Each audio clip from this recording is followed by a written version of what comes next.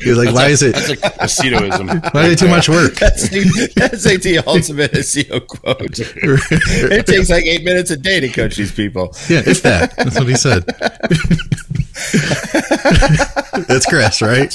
It's a very, I can actually see him think that and say it all at once. Look at Ron, he lost it. Yeah, he can't even hold it together because he sees it. He sees the confusion in Krista's eyes as he says hearing it.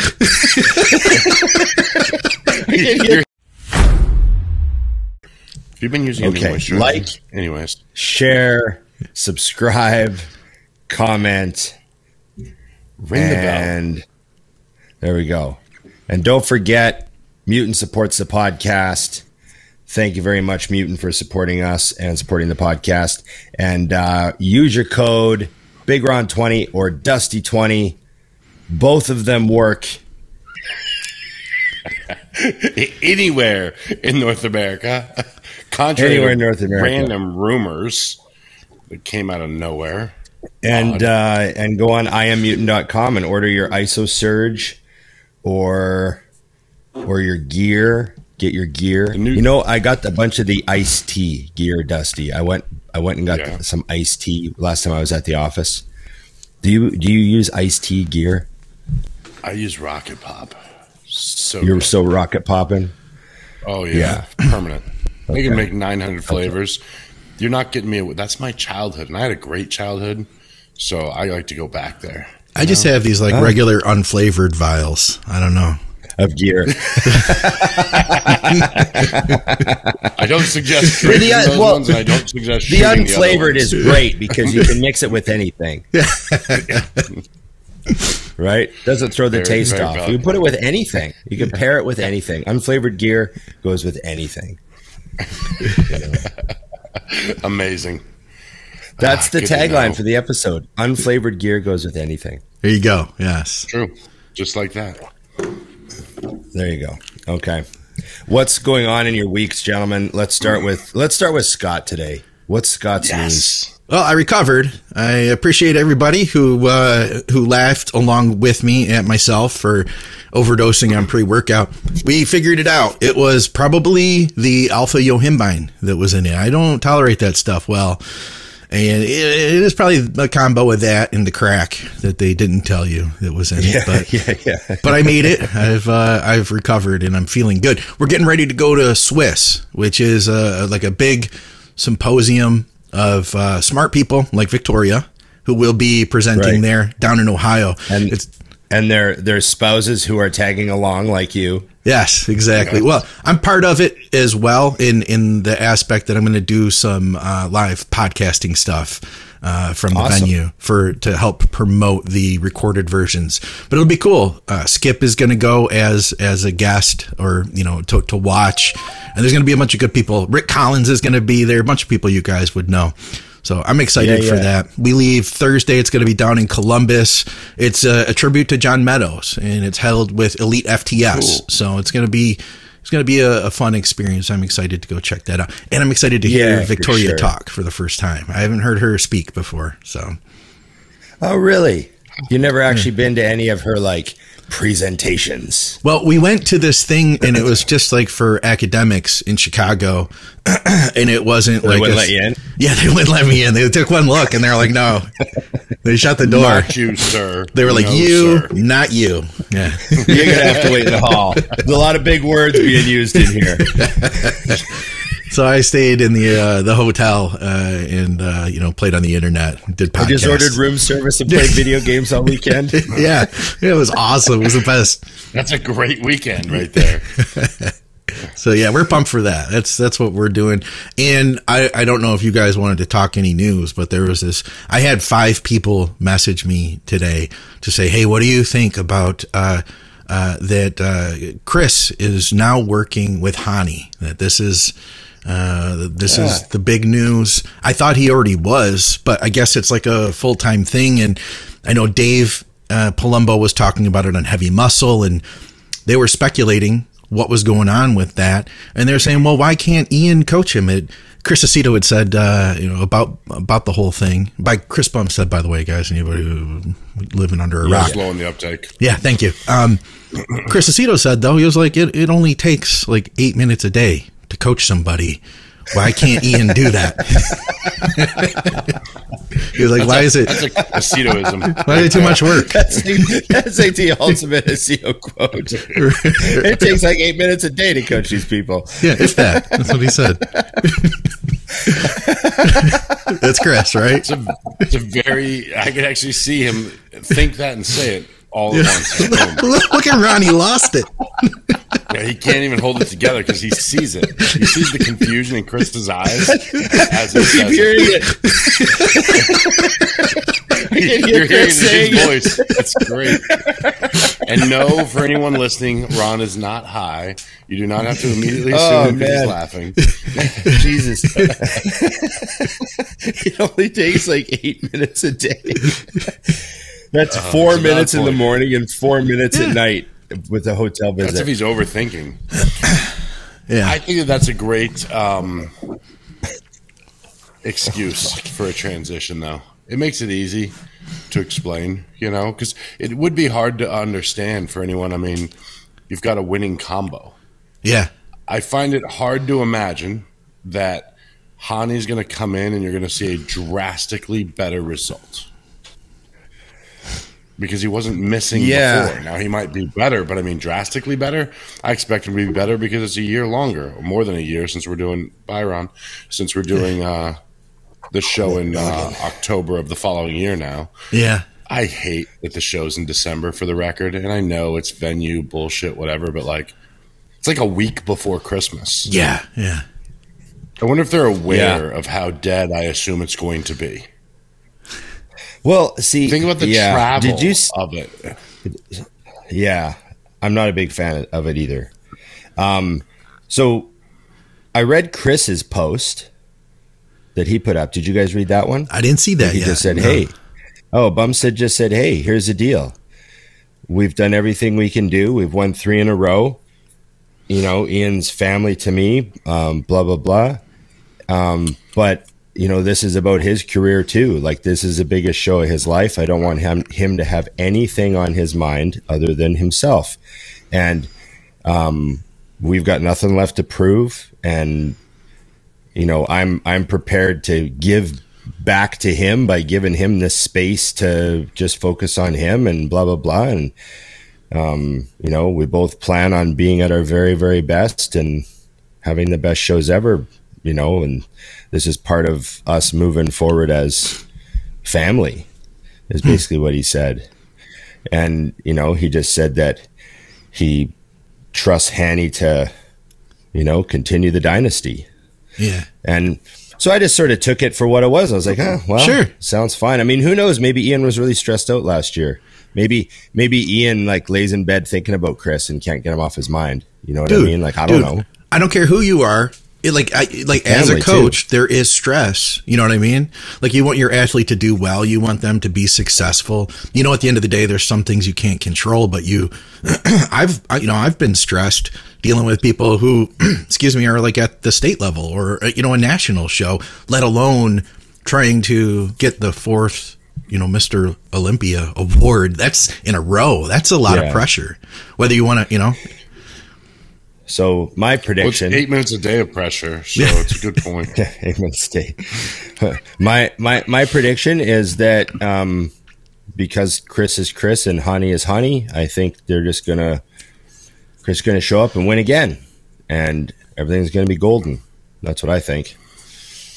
I can't see Chris losing for a long time, and not just because of his physique, because there's obviously a lot of great physiques. But there's the intangibles of what Chris is also that I think are important. Chris defines the category better than any other person defines their category. Right. Plus, I think he defines the category of being Mr. Olympia. If anybody wonders why someone would say that's important, look no further than the Open Mr. Olympia and how important it is to have somebody that represents the sport. because we haven't had one in 2 years.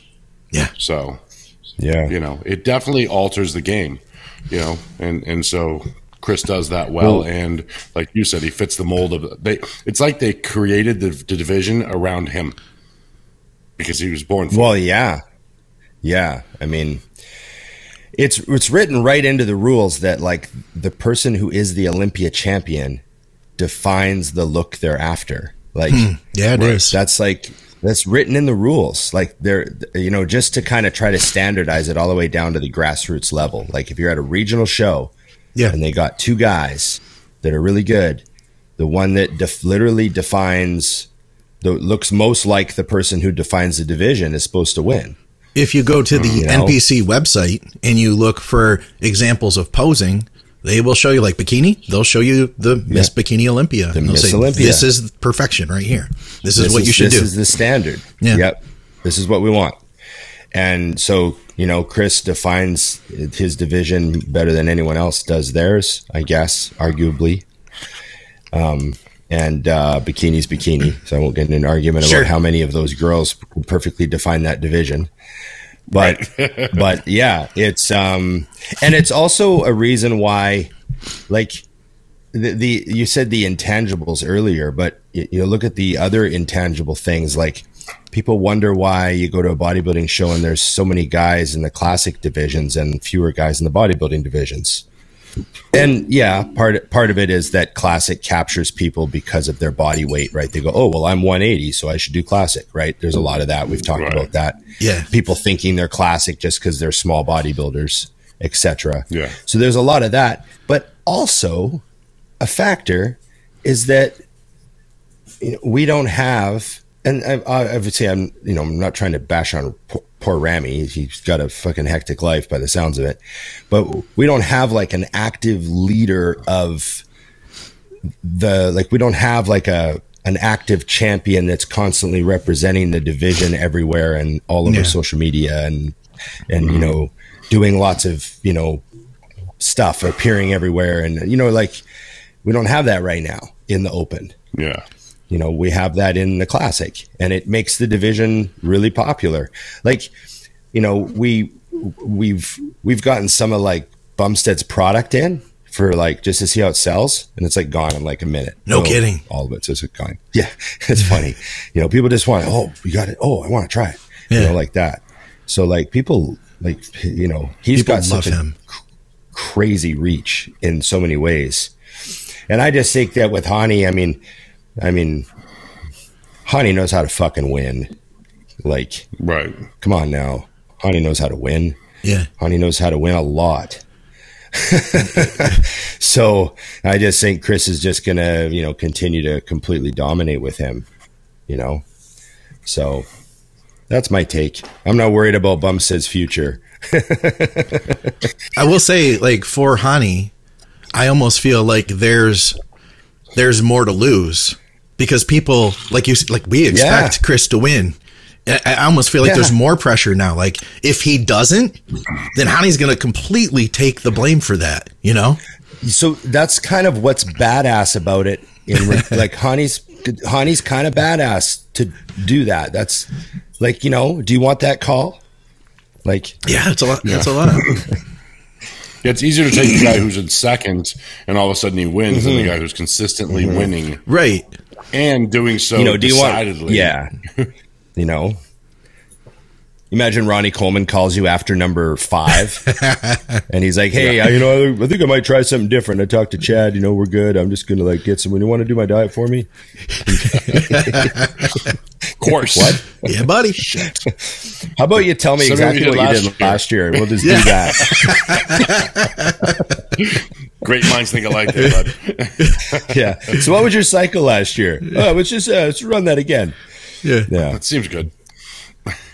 Okay. Classics. So that was actually all generated by me asking Scott how his week was. See how I did that? I was trying to like, do the thing, the podcast thing. And it had so much to do with your week. It was amazing. Scott's way of not telling us. His hike in the wilderness. He didn't even answer the question. Oh yeah, with date day, all that stuff. People don't care. But about my date day. Like, yeah, get out of the bodybuilding. I want to know where you ate, what you did. We had fun. It was a nice weekend. I recovered from the crack, and just in time for date day on Friday. We went for a hike, but it was low key because Victoria is like feverishly writing still to try to put her presentation together, and she's got her PhD to finish. So it's been like low key around here. You know, there's nothing too special. And we put out a bunch of podcasts too. So there's that. We put this show out on Saturday. People loved the last episode, by the way. They really enjoy our content. So shout out to everybody who's watching. The last one went well. It came out on a Saturday, and it did pretty good. And I was like, because sometimes we've had a few of those Saturday episodes where they just don't get like as much traction as like the Wednesday episode. Saturday's a good day based off our statistics. Like I can see when people are online, and it should be good. So it went well. I was happy. Okay, Dusty, on to you. Scott doesn't want to talk about himself. Story of Scott's life, right? Oh, wow, that threw me off. Sorry, I was just checking the numbers on that. Yes, all I have done showing for bottles weeks, of gear and spreading rumors about Bumstead. rumors, drugs. This is what we're on here. No, all I have done is man shit for like weeks. I'm building shit. It's not good. I don't like building stuff. I don't like putting stuff together.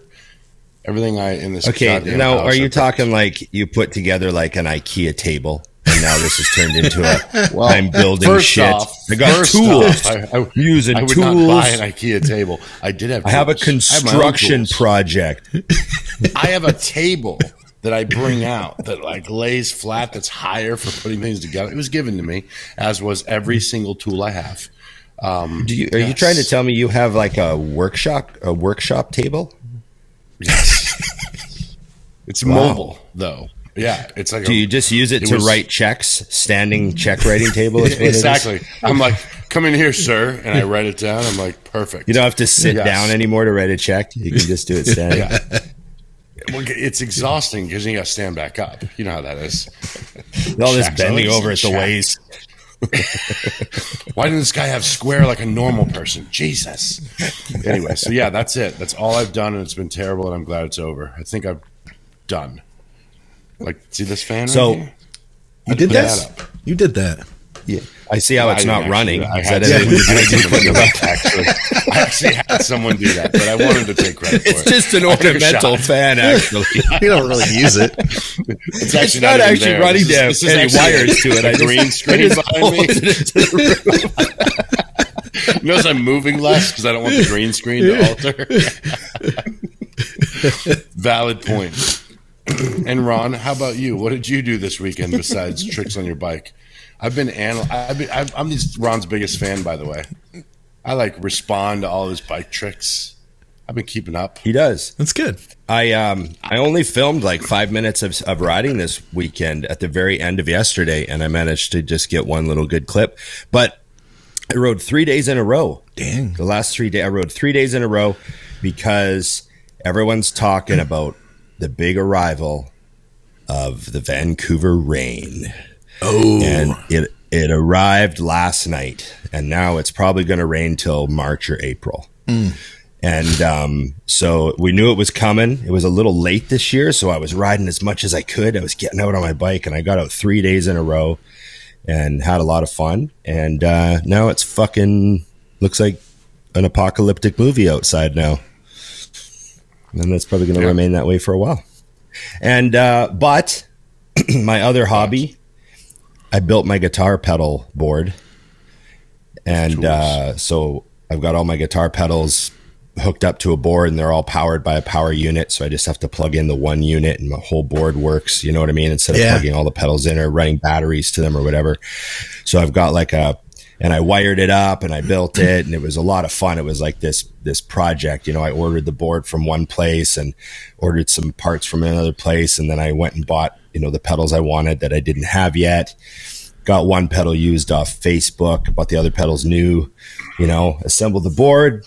And last night I took it for a run, plugged it in, and played for like almost 2 hours. I played guitar for almost 2 hours last night, just trying out all my pedals and getting all these cool tones, and that's fun. Fucking lots of fun.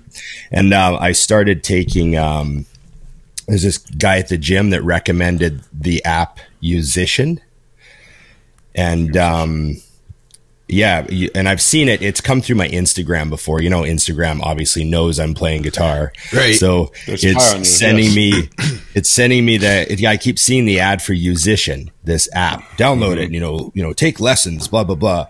Anyways, he's an experienced musician who's been playing for a long time, but he's doing a new instrument. He's playing bass for the first time, and he downloaded the Musician app just to like see what it was like, and he said it was awesome. So I downloaded it and I started it last night, and I went through a bunch of the modules. I blasted through the first like bunch of them because I'm way past that stuff.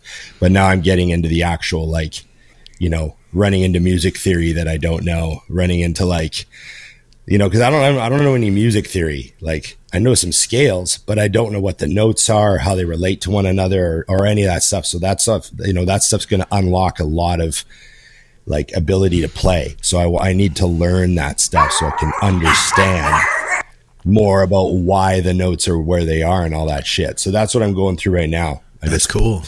Yeah. So I want to get like a lot better. I want to like really take a huge leap here. And in order to get better, I'm going to have to understand the guitar instead of just memorizing stuff to play. Yeah. Yeah. Hey, the board, you know? The board you put together is now using pedals and stuff. Is that still, because you mentioned a few weeks ago, you're like, people don't use the pedals as much now. They use a lot of computerized effects. Is that considered to be like a throwback thing, or people are still doing the board like that?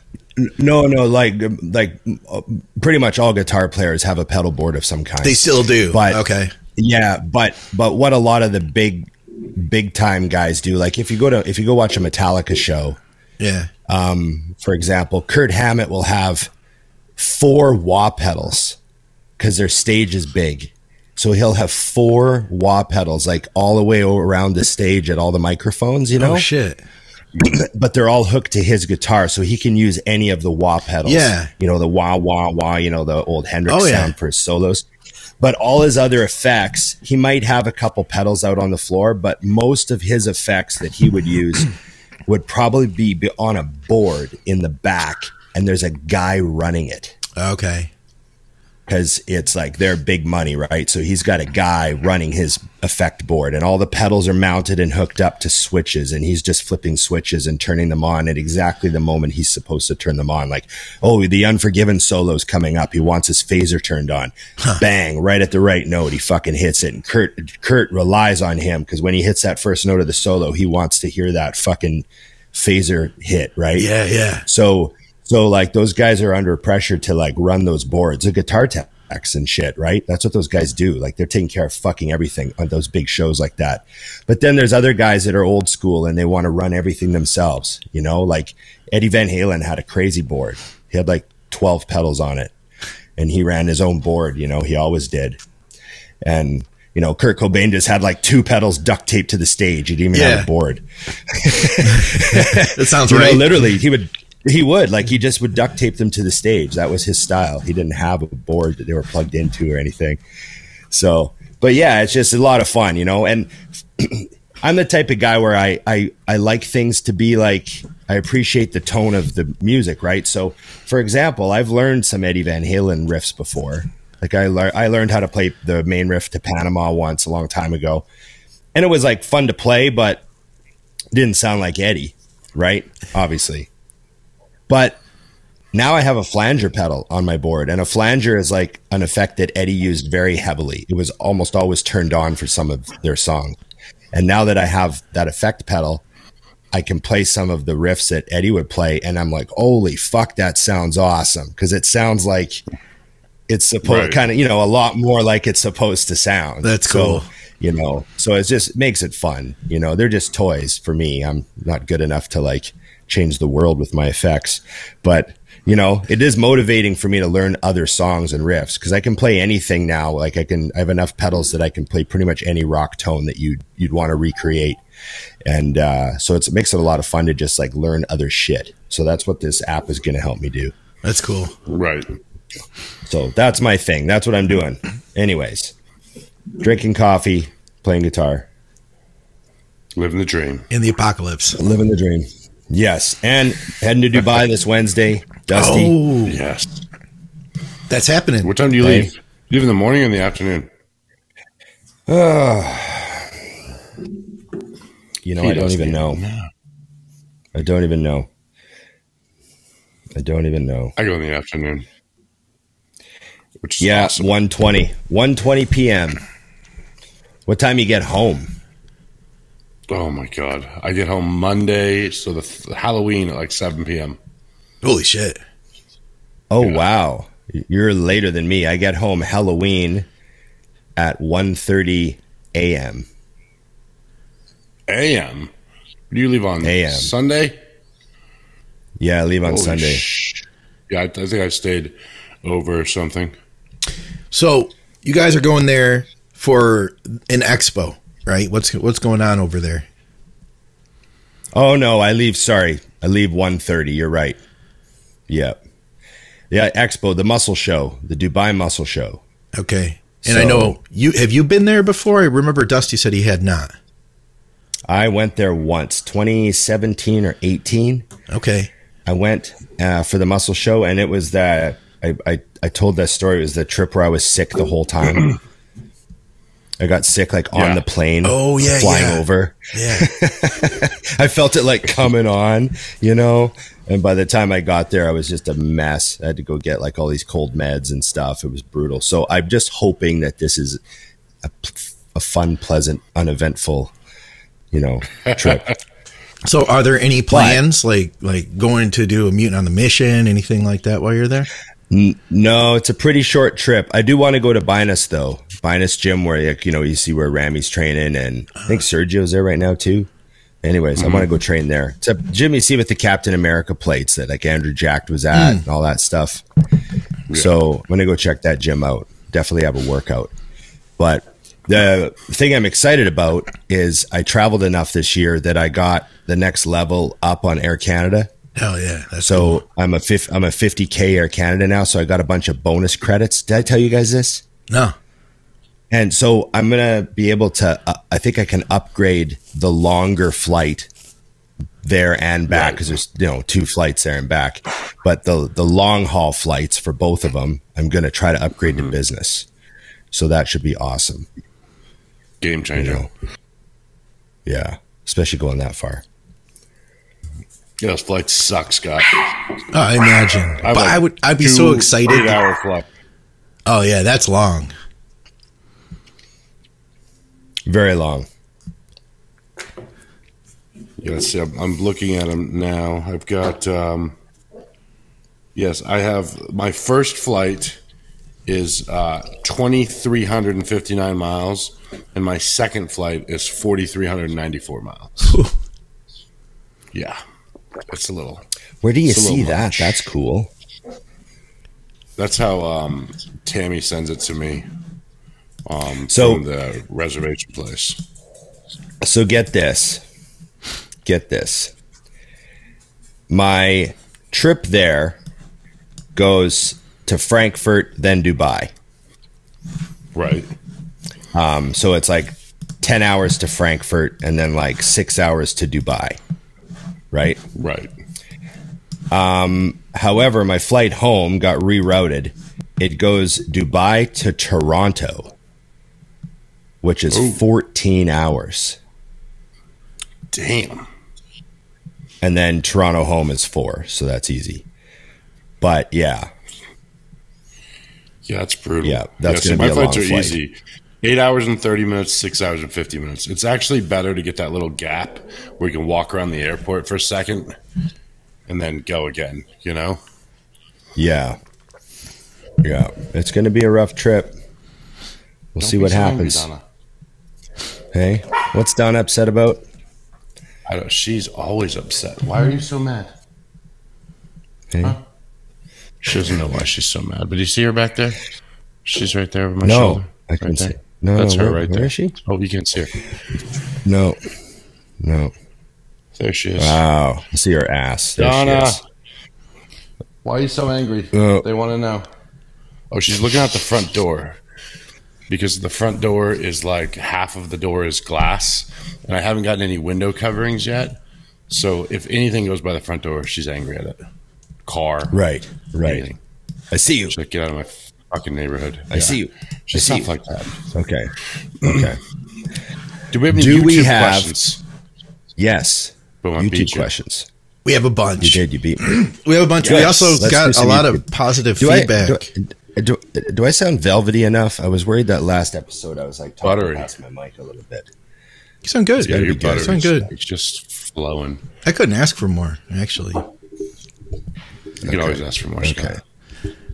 We did get a lot of feedback on, I put an intro on the last episode, like I made it work, you know what I'm saying? I saw that. You know, with the music and stuff. And we had like several people say like, oh my God, that was so cool. And other people that were like, oh, I love seeing the intro back. So we have fans of the intro. So I just thought that it'd be important to mention that. And I thought I'm having microphone issues. Yeah. Okay, go ahead. Okay. And here's the question I wanted to lead with. I thought Dusty would be an expert on this one, especially. Question, do you tend to eat extremely fast? And he also asks, overrated, underrated, James hype. Do they mean like James Hollingshead hype? Or is James hype a person? 'Cause I don't even know who that is. Well, James hype has a capital H. He does. So it looks like a name. Is this like an Instagram person? If I don't know who he is, and you're asking the question, so I don't recommend eating faster than you can, because you could end up taking a month-long nap. Yeah, that's true. Yes, that's true. So my advice is thorough chewing, careful swallowing, and avoid the $100,000 in hospital bills. Just a thought. I'm sorry. Yes. It was actually 600,000, but then obviously insurance helped. So, anyways, yes, that's what I would do. Okay. Wanted to throw in the fact I left out the other $500K. My bad. When I saw this too, I was wondering about you, Ron, because we know that when we're little kids, they always tell you like make sure you really chew your food up really well. Now in bodybuilding, I think I suffered some digestive issues because I was just like mowing through the food. I knew I had to eat so much that I wasn't focusing on chewing thoroughly each and every bite. And you ate even more than I did at my highest, So is that something you ever had to like stop and step back and focus on, or it just never was a problem? I remember like, when you choke, when you choke on food for like a split second and you have that just moment of like, oh my God, I think I'm choking. But then it goes down. Yes. And it maybe hurts as it goes down and you're like, oh fuck. Yeah. Yes. So like, I remember having that happen to me a couple times, and it was always enough to like make me go, okay, I got to fucking take my time. I'm not a garbage disposal unit. Like, you know what I mean? Because I got like a couple times where that happened, where I thought I was going to, you have that split second where you're like, fuck, am I going to choke? And, I remember like swallowing a lot of food, barely like chewing it, just shoveling food, at work and stuff like that when I was younger. And so, I mean, it's, it is a thing that has occurred to me. Like, make sure you chew your food, Ron. Don't die. Yeah. And then also too, like we've all shoveled a bowl, like, when you like shovel a bowl of oatmeal real quick or something. And then like 8 hours later, you have like all of the blueberries come out undigested. Ooh. And you're like, I should have chewed those. Like I didn't even bite half of those blueberries. They just got wasted. This becomes an economics thing, Scott. It makes sense. It makes sense. James Hype is a DJ, by the way. I see that. Yeah. I don't know who he is. I looked him up, and I do know who he is. Yes, I just happen to follow some of his stuff. Here's the problem I have.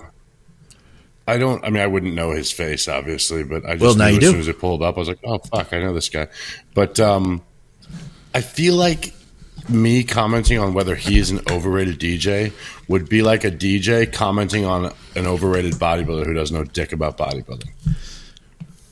Like, how the fuck do I know? Yeah. You know, like, seems pretty good to me, but I don't know what goes into it. You know, I have friends that are DJs that hate the way DJs do things now because apparently it's a lot more just buttons and whatever. I don't know, but I'm like, you know, it's like the old school. It's the Sean Ray trashing every new bodybuilder routine. Yeah, it happens in DJs as well. You know, not that I'm saying Sean Ray specifically. Even though I did. You're just using that as like a metaphor. A metaphor. Yeah. Hypothetically speaking. All right. Okay. I did have a couple of important questions, though. Yes. If you have to choose between a pot belly and a saggy ass, knowing that it will be inevitable, which would you choose and why? Well, is it on her or is it on me? Ooh. That's a good question. I mean, he didn't specify. I mean, if it's on me, I mean, I'll take a saggy ass. I wear big ass loose pants. It's fine. Ain't nobody looking at my ass anyway, so we're good. But man, if it's on her, that's a tough one.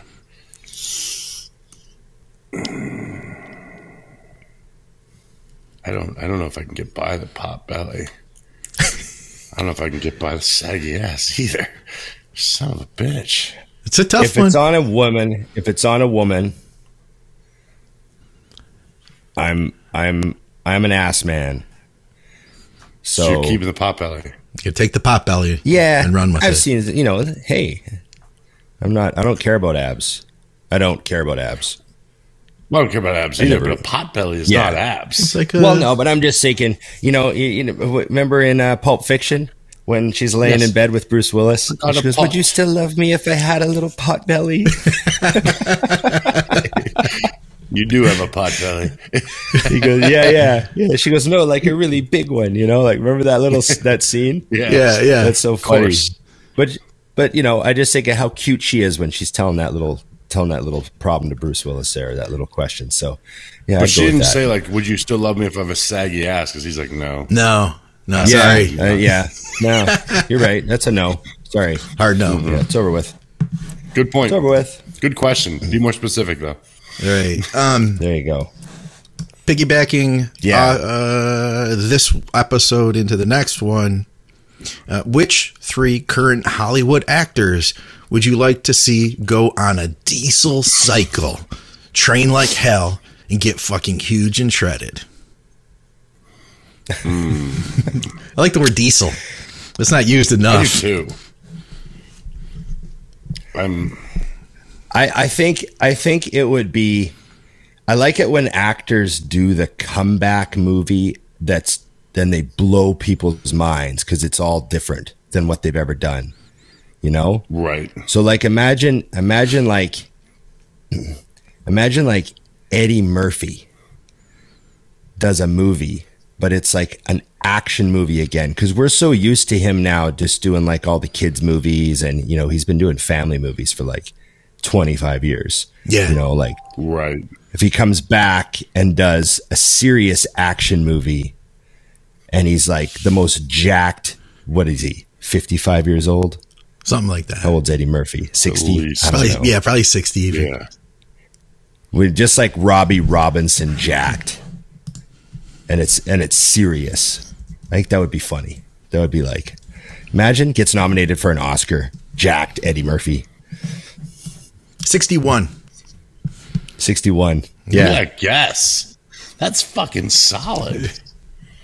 That's solid. So, just side note, Eddie Murphy occurred to me because I put Raw on the other night. No kidding. 1987. Anyways, talk about that another time. But yeah, that'd be funny. I'm just thinking of like everyone's going to say Chris Helmsworth or get Dave Bautista huge again or whatever. But no. Let's do people that are like. I was gonna say Kevin Hart, like a jack. Like Kevin Hart running around. Yeah, have The Rock just set him up on a crazy cycle, and just blow his traps up. That'd be sweet to see Kevin Hart jacked. Because I don't think people realize how little he is for real. He's a very small dude. Seeing him jacked would be awesome. Like a little Jose running around. There you go. What do you got first, Those Dusty? are the picks. Who's yours? Well, I just said Kevin Hart. Is that See, I did a little search, right? Okay. Because I needed to know who actually. Movies started to suck, right? I'd like to see Mark Wahlberg actually jacked because he was kind of jacked on his own. I don't know if he was using like a ton of shit back then, but I would definitely like him to be. Right, because he's got the genes, right? So let's blow him up to like 235. Yeah. You know what? I would appreciate, and I don't need him to get totally jacked, but I could buy into Keanu Reeves better if he was actually had some muscle on. Like for real muscle. Yeah. Yeah. That was like, right. That would be helpful for me. I don't know why, but I bought into Matt Damon. I bought into Matt Damon being Jason Bourne without any muscle for whatever reason. Yeah. But sometimes in these bigger scenarios, I'm kind of like, I think that guy would just whip your ass. So, yeah. But the jacked part is where I get confused because I think like a lot of people think like Dwayne Johnson is jacked. And I'm like, he's a big dude. Oh, yeah. He's like, and they're he's a functional big dude. Like, it would ruin Hollywood if the guys were like bodybuilders. I'd be like, well, the problem is they can't fight their way out of a wet paper sack anymore. But Yeah. he can't fight one guy, let alone five. So they pushed that envelope in the 80s, though. Oh, they did. Yeah. They did. Yeah. Hell yeah. It was great. Like Rocky Bolo IV. Young, you remember how big he was in like bouncing his pecs or Bloodsport? Yeah. Bloodsport, yeah. Bloodsport, that was one. Yeah. He was in a Bruce Lee movie too. Bolo Young appeared in Bruce Lee movies too. Huh. He was in Double Impact. You remember Double Impact? Oh, what a great one. How much gear do you think actors are using nowadays? Because that's a popular topic that you'll see whole videos about, like, this is what this guy used to do this movie role. We believe that he used Tren and, Anavar and, all this. And of course we could never guess, but how prevalent do you think gear use is for the guys that are like, hey, I got to be like 20 pounds, harder. It's leaner. enormous. Yeah. Because there's no reason not to. I mean, and once there's a timeline with money. Yes. Why would you Timeline plus money equals Anavar. I was just say equals Trend, but yeah. Wow. I'm saying Hollywood, they probably got someone with some tiny amount of knowledge, at least looking out for them. In prescriptions for 50 milligrams just take a day. Halo, you'll be fine. You'll be fine. Yeah. 10 weeks of Halo, you'll be good. You'll be fine. Don't worry about it. I'm Halo. more impressed when the guys Just Halo. shrivel away to nothing. You ever see those guys like when they have to get a part where they're like crack skinny? Well, Did you Christian go Bale through for to the do that? Dude. Yeah. I would Bale love for to the know what he Machinist, had to do that. That was crazy. He said he had chicken breast a day, and he ate lettuce, and he had an apple a day, and that was like it. He was 138 pounds at the bottom of that movie. I don't even know what this is for. Lightest. What movie is this? Christian Bale did a movie called The Machinist. Oh yeah, I heard about this. Yeah, it was before he did Batman. And so the crazy thing was, awesome. He was 138. He was 138 for The Machinist, and then like 2 years later, he was 220 for Batman. And that's where it came pretty crazy. Timeline money equals timeline plus money, and also Robert De Niro for Cape Fear. He was like no one had seen De Niro look like that before. He was all like ripped and sinewy, and his face was all gaunt and caved in, and yeah. So and if you remember when De Niro made Raging Bull, they had to film like 2 separate parts of the movie because he had to get really fat for the parts where he's older, and then parts where he's boxing, he's like thinner. So that movie was like assembled afterwards. I got a Wikipedia here. No, excuse me. In the Internet Movie IMDb, they say that Christian Bale dropped from, this is producer's claim, that he dropped from 173 pounds to about 110 pounds. for that movie. Oh, wow. Even lighter. Holy shit. So 138. this is him. This is the guy we're talking about right here. Yes. Yeah, that's Christian Bale. Holy shit. That's him in real life. That's how he looked. That's not very attractive, but that would take a lot of work. You would lose muscle at that point, wouldn't you agree? I think he lost a little bit. Yeah. I think he lost all of it. Crazy. You guys want another question here? Yes. Yes. All right. We had one for Ron here. Ron, would you ever consider doing your own content for YouTube at West Coast Iron? Love to see the gym and some of the guys that train. Cheers, Last 5 Minute Crew. So like a little reality TV at West Coast Iron, he says. We've talked about like that sort of thing. That'd be cool. You know, it was just funny. Like, I remember we were kind of talking about doing something regarding that, and then like COVID hit and everyone just wanted to like hide their gym. Right. Valid. And so yeah, I mean, but like we did say like, oh, you know, we had a lot of characters around there. It'd be fun. You know, someone's got to do all the work though, right? Yeah. Just bring me out, you know, we'll shoot it. They do those reality TV shows in like 12 days, right? So we'll come out and we'll make it like stretched out for a whole season. Yeah. We have to have like some different, like, shirt a lot. You know, romances, budding romances, breakups, right, you know, right. Some sort of drama. The whole like doing cardio together, and then all of a sudden they're coming in at different times. Yeah. Yeah. That's a thing. Okay. All right. Solid as always. Question for the next show. I'm 50 and I've been training for 30 years, never done gear or even TRT, despite my last test number being in the low 200s, because at the time when I really push myself, I see progress. It's just really slow. My question is it worth going to TRT for the potentially increased quality of life, knowing that I'll have to be on it forever, or not go on it since I can still get results no matter how slow they are? Yes. You don't get any credit or points or extra time on the clock just by living with low test.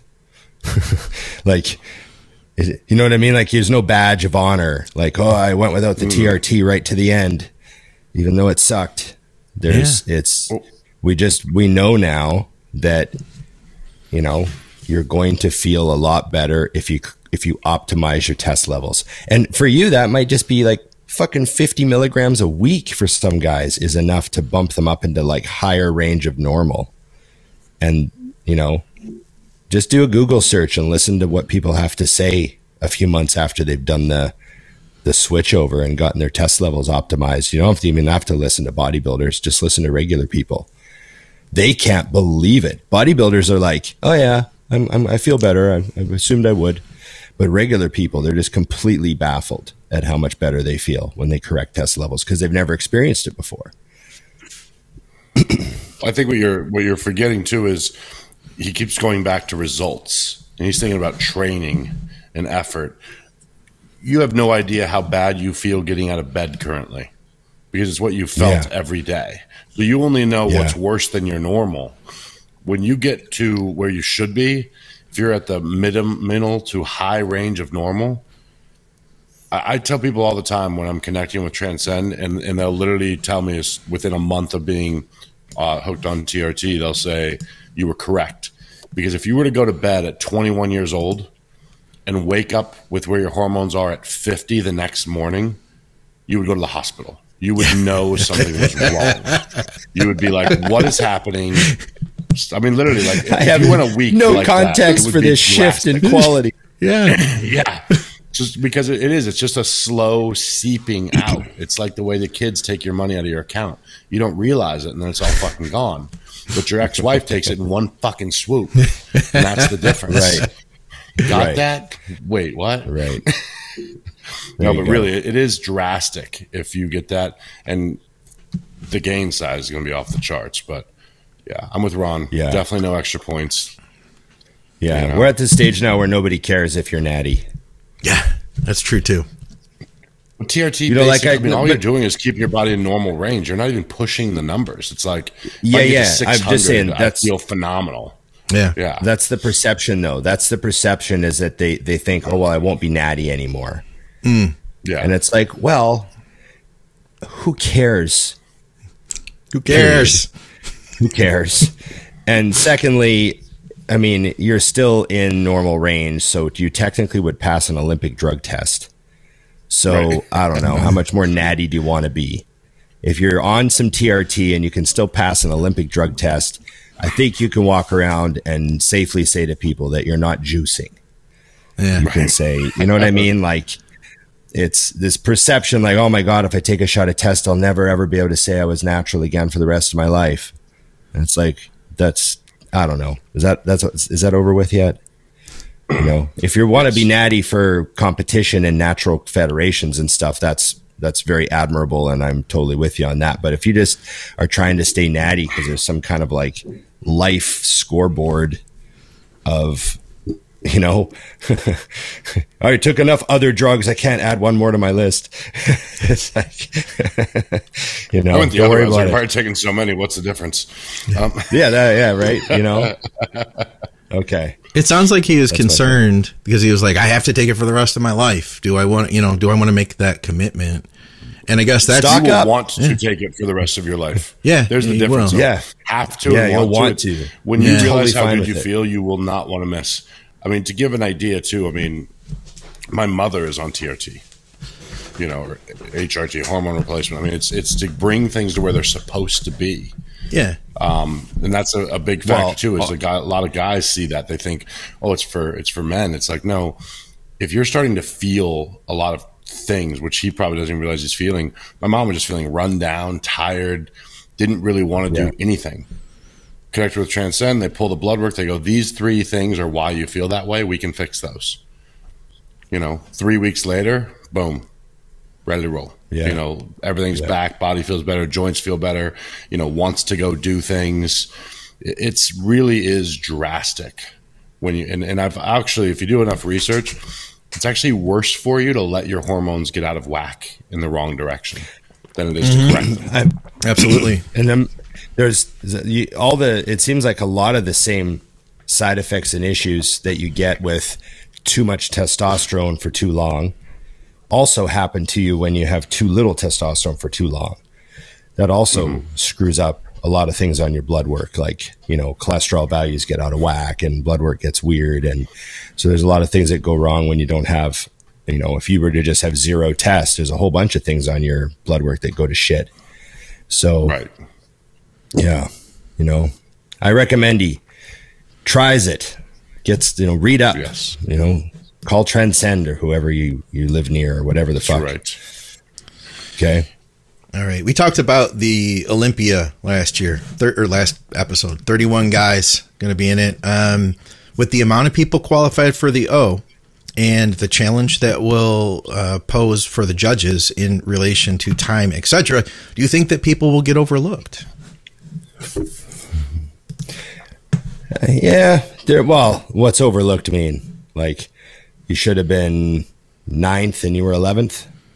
That might happen. That always happens, you know, that always happens at shows. There's always somebody, but I don't know about, like, you know, 15th when it should have been 6th. Should have gotten 8th. Yeah. I don't know if that's going to happen. Yeah. You know, there's always been some funny things that everyone's like. It's interesting to me how Ronnie Coleman used to place like the back of the top 10. And then the year he won the Olympia, I mean, obviously he looked unfucking believable. That's why he won. But if you go back and look at the previous year, he looked really fucking good then too.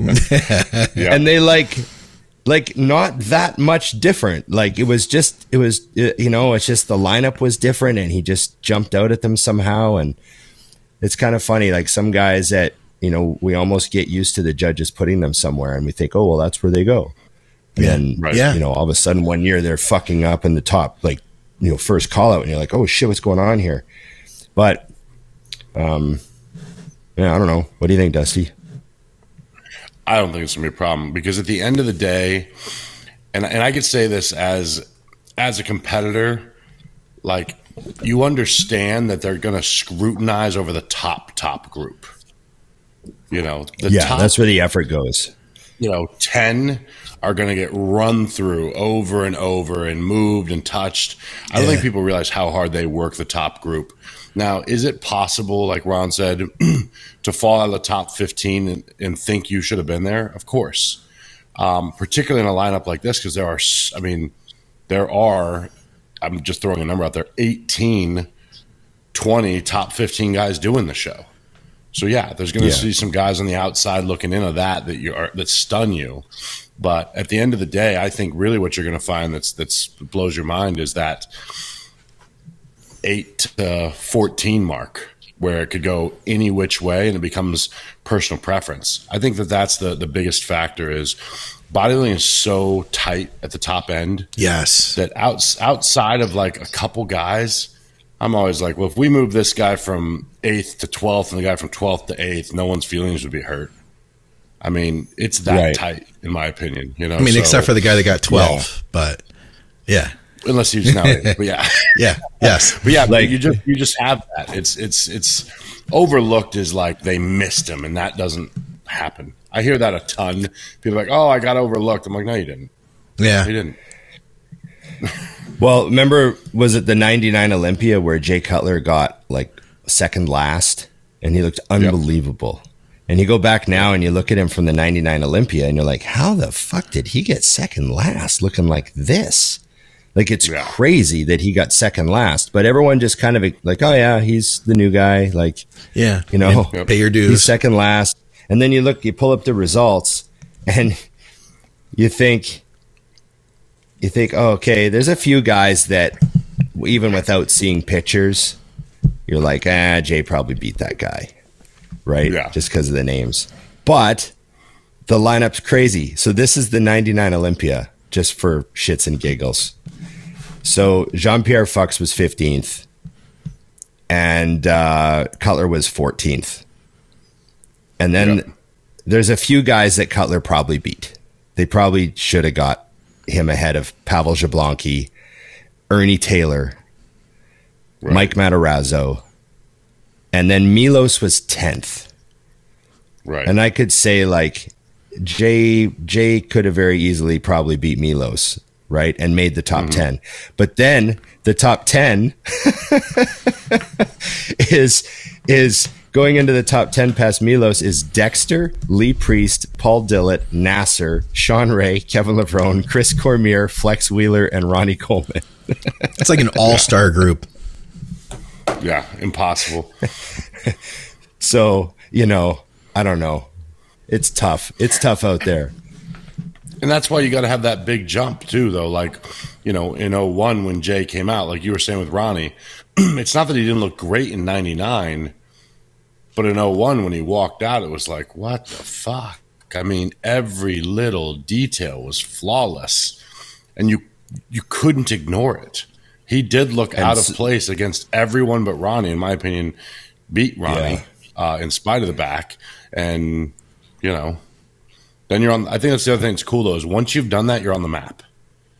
Like, you've got to fall from grace now to not be in the top 10, Wild. What else we got?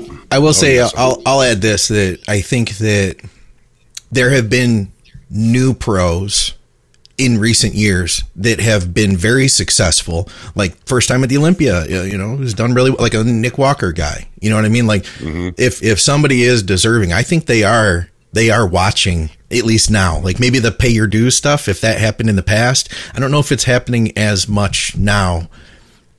I can't speak for the past, but I feel like people are getting a real fair shake nowadays, it seems, at least in my opinion.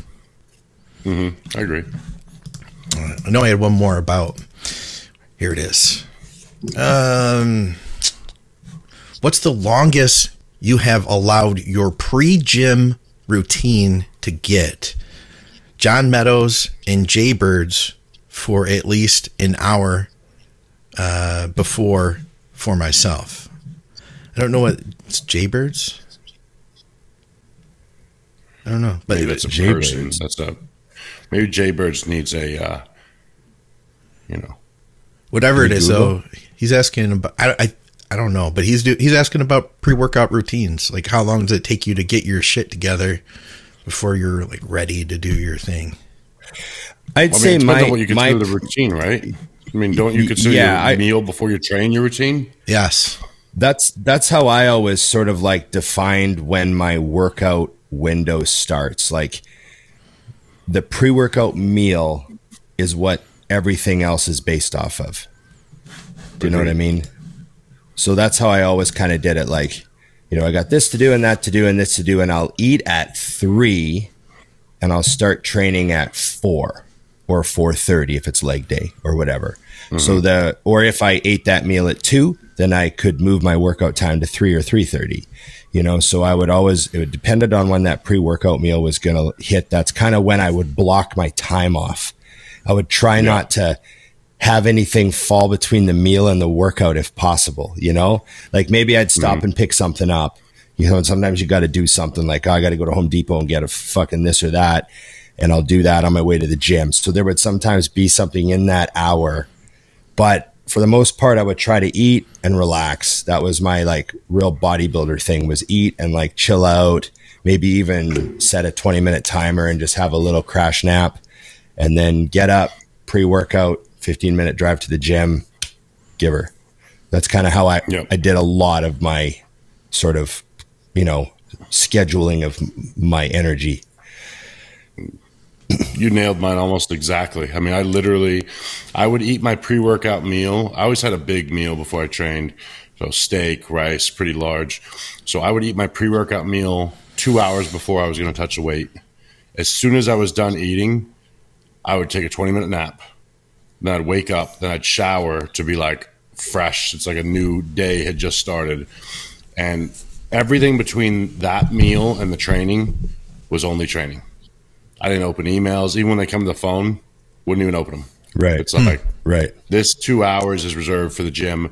And the nap and the shower and all that was all part of that routine. Because I feel like you really do get to that point where your mind knows the routine before you're supposed to get there. Same thing when I got to the gym, listening to music in the gym, or, on the way to the gym. By the time I walked in the door, I didn't need a pre-workout. I didn't need any time. It was like, all right, move my joints around, get the muscle pumped, and all right, let's go.